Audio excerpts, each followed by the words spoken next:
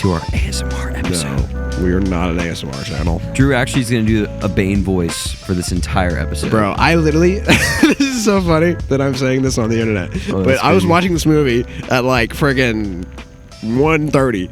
And every time Bane would talk... AM or PM? At night. So AM. Yeah, that. Okay.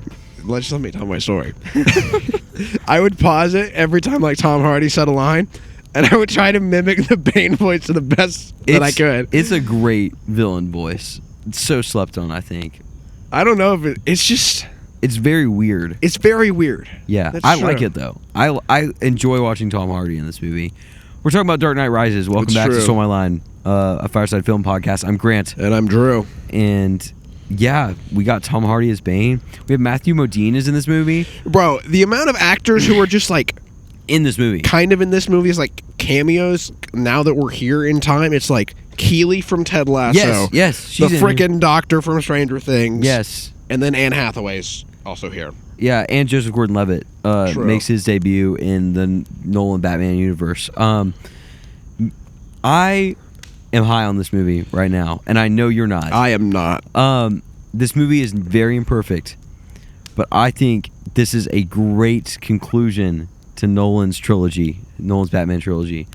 Okay. I have reasons why. I think define conclusion.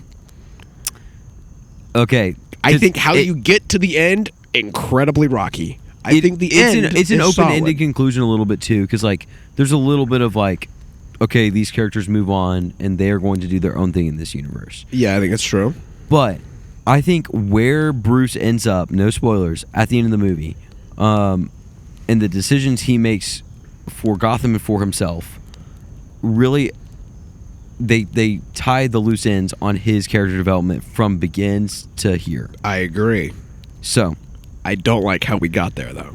I think there are issues with how we got there. Okay. I think this movie Okay. bit off a little bit more than it could chew. Yes, I think I the agree. scope was really big. I'm going to go out on a limb. This is the most ambitious movie to That date. Nolan's done? To date. our date. Okay. I think Interstellar, way more ambitious. But Yes, that's yes. tomorrow's episode, not today's. Yeah, I agree. I think this movie, I mean, it has a long run time. This movie is There's a villain long. dilemma.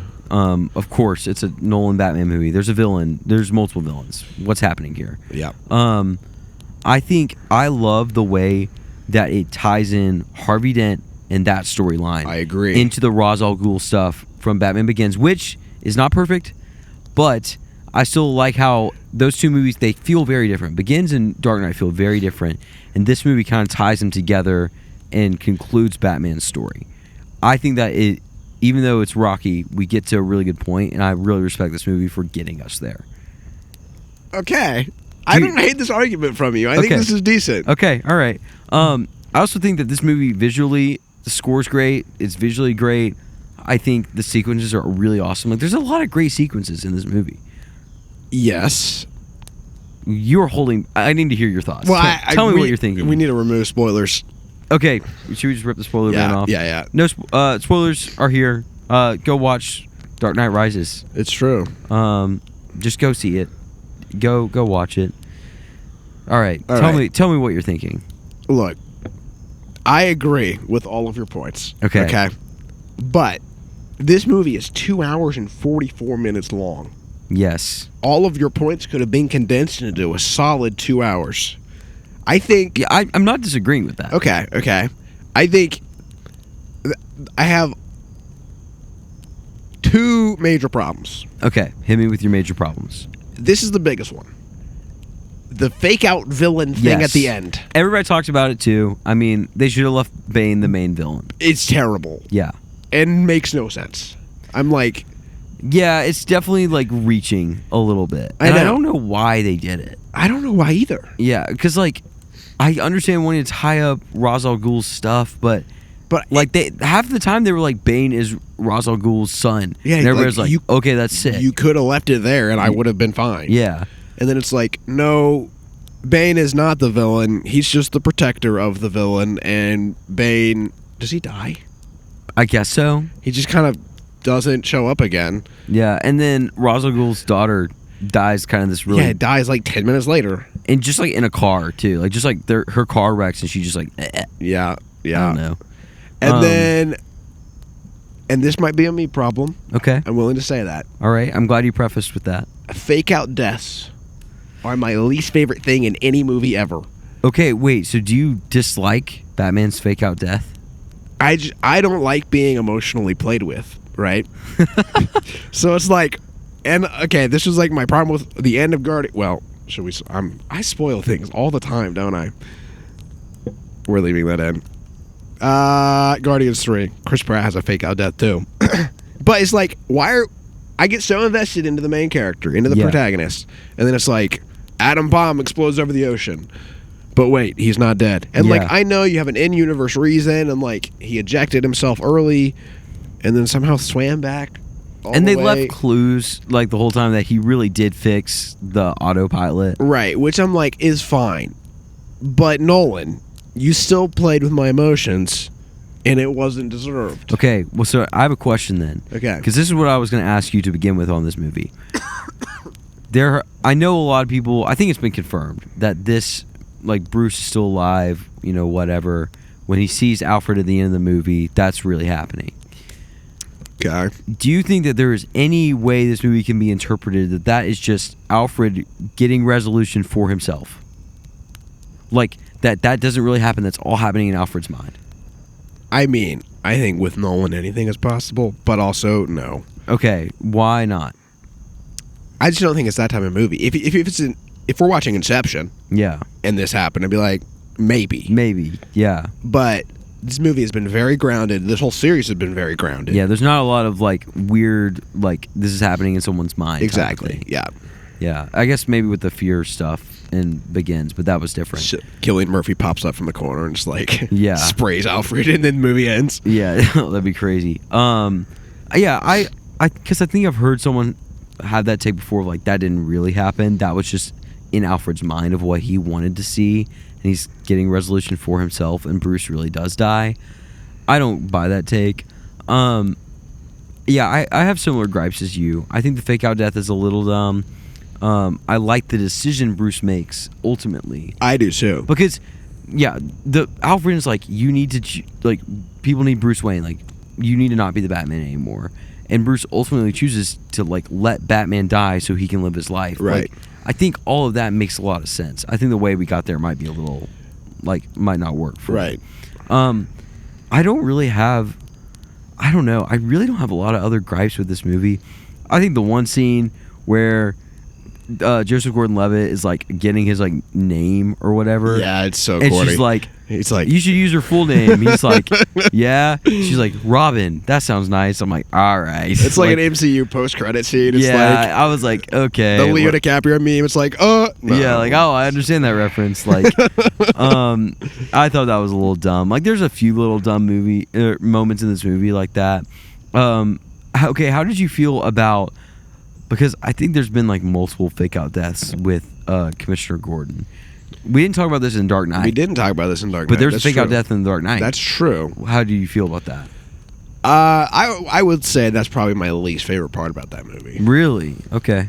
I don't love it. Okay. But I will say, Jim Gordon's entrance after the fake out death it's awesome. is pretty epic. Yeah, it's awesome. Yeah, okay. Yeah, when you said that reminded me. That's part of our Dark Knight episode kind of now. But, yeah. All right. Do you have any questions for me? I do. I feel like I've been asking you a lot of questions. I have questions. Okay, hit me. The pacing of this movie, I think, is pretty bad, for my opinion. Okay. I think it might even be worse than Begins. Okay, what do you not like about the pacing of this movie? Okay, I think, because I remember I watched this for the first time relatively recently, because this was one of the ones I hadn't seen. Okay. So I'd seen Begins and Dark Knight a lot. Okay. And I just never got around to watching Rises. And I was enjoying it. I was like, okay, Bane's a sick villain. Cool thing. And then, boom, Bruce is in a prison. Yeah. And I'm like, okay. And then, like, we have martial law happening. Yeah. And then it's just like an hour of Bane in Gotham, and Bruce is in the prison. Yeah, wreaking havoc. And it's just like, Gotham. It's like, why are we still here? Yeah. Like, get Bruce out of the prison. And like, I don't know. I think something I love about Matt Reeves' take on Batman. Here we go. And I know I talk about this every episode that we talk about Batman, but it's like it's always in Gotham. Yes. And it's very grounded. Yes. Whereas Begins and Rises is like we and Dark Knight, Gotham. honestly, we leave Gotham a lot, and I think it Begins and Rises suffers from that. Yeah. Okay. Yeah, I agree with that take. I think the whole martial law Bane takes over Gotham sequence is really dumb. Like I think it is dumb. Like I think it's unrealistic, and I know we're talking about a superhero movie, Right, but also that's true. Nolan's trilogy is like known for being grounded. Like if Batman could exist in a real world, this would be what it looks like. For sure. And the Bane just holding an entire city hostage is kind of dumb. Yeah. I don't know. And- I feel like the U.S. would be like, all right, we're gonna put a stop to this. Like they would do it, you know? And they literally have like a TV that's like, we haven't forgotten about Gotham. Yes. And then it cuts to Jim Gordon and Joseph Gordon-Levitt, and they're like, what's that mean? Jim They've Gordon's like, forgotten. they've forgotten about us. We're on our own. And I'm like, what? Like, wow. Now, I really enjoy watching Gordon like kind of save Gotham from his end. Like, there's a lot of cool sequences there, but I think I feel like that sequence is like that whole part of the movie is very unrealistic. It That I is, was like, yeah. okay. We haven't talked about Selena Kyle at all. oh, that's true. I am a big fan of Anne Hathaway's Catwoman. I Okay. think that she's great. Okay. I'm not saying that she's better than Zoe Kravitz. I'm not saying that. I think Zoe Kravitz is probably think a better Zoe Catwoman. Kravitz is better. But I still enjoyed watching Selena Kyle in this movie. No, I agree. And I like I like the theme. Her little piano riff. Thought that was cool. I It's didn't random. even notice it. I'm not gonna lie. I thought her theme was cool. What were you saying? No, I think her arc is super good, and low key, it's super similar to Zoe Kravitz's arc in the Batman. But it's like she has selfish intentions. Yeah. Halfway, she changes it, starts helping. Yeah. It is kind of predictable. Yeah. Like I when mean, Bane has Batman by the throat or whatever with a rope, and then she, then like, she comes shoots in. him with the motorcycle. You're like, I saw that coming. there's a lot of last minute saves in this trilogy. It's true. But yeah, I think Anne Hathaway, not kind of a surprising role for her. Yeah. But I thought she did really well. Yeah. I agree. All right. Do you have any more questions? Any more thoughts? Anything else you want to bring to the table? I think my favorite part about this movie, maybe not favorite, but I think Joseph Gordon-Levitt as a character, Okay. loved him. Yeah, he was great. And then the deconstruction of Jim Gordon, I loved. Okay. Dive into that more. I mean, again, you start like the whole Dark Knight movie circles around Harvey Dent, and then that thread is continued here. And it starts with Jim Gordon. Yes. They're like Harvey Dent Day 7 years later. Yeah. Which also, crazy to jump 7 years. Yeah. A lot of time. That's a lot of time. Yeah.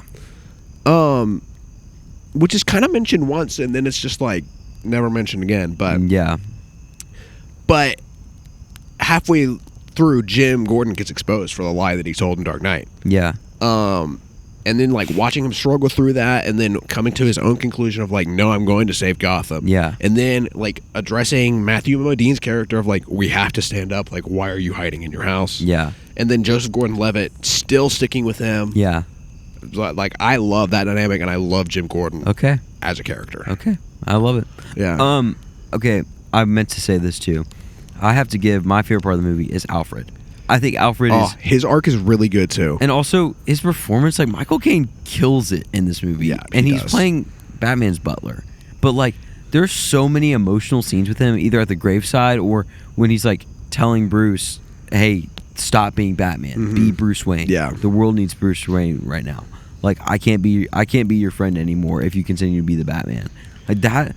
All of those scenes are so emotional and so good. I Right. think like, Alfred is probably my favorite part of this movie, straight up.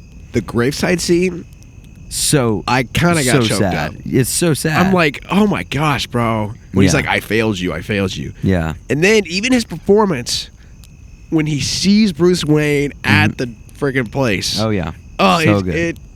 It's so. I good. don't like how they got there, but that moment, I'm like, that is so good. Completely agree. Yeah. Completely agree. That's it for me. I don't really have any other thoughts. I like this movie. I think this movie is hated on a little too much, but I understand the gripes with it. I think this is my least favorite Batman Nolan movie. I think that this is better than Begins. All right, we're about to get into our ranking then. This is going to be tough, actually. Let me think back to Begins, because I might agree with you here. Because I think Begins, it has all, like, it does what it needs to do. Right. But it also has all these, like, really, like, full circle, like, kind of forced moments of, like, It's very campy. there's like a degree. little bit of campiness Right. where like Lucius Fox is like, "Didn't you get the memo?" And like, Yeah. there's a bunch of those moments in this movie, or You in know that what? movie. You've convinced me. I think Rises is better. Okay, all right. Well, I still don't think Rises is great though. okay. So here's the current ranking. We have Dark Knight, Prestige, Inception, Memento, Batman Begins, Insomnia, and following. And you just want to slot this in behind Memento, before Batman Begins at number 5 currently.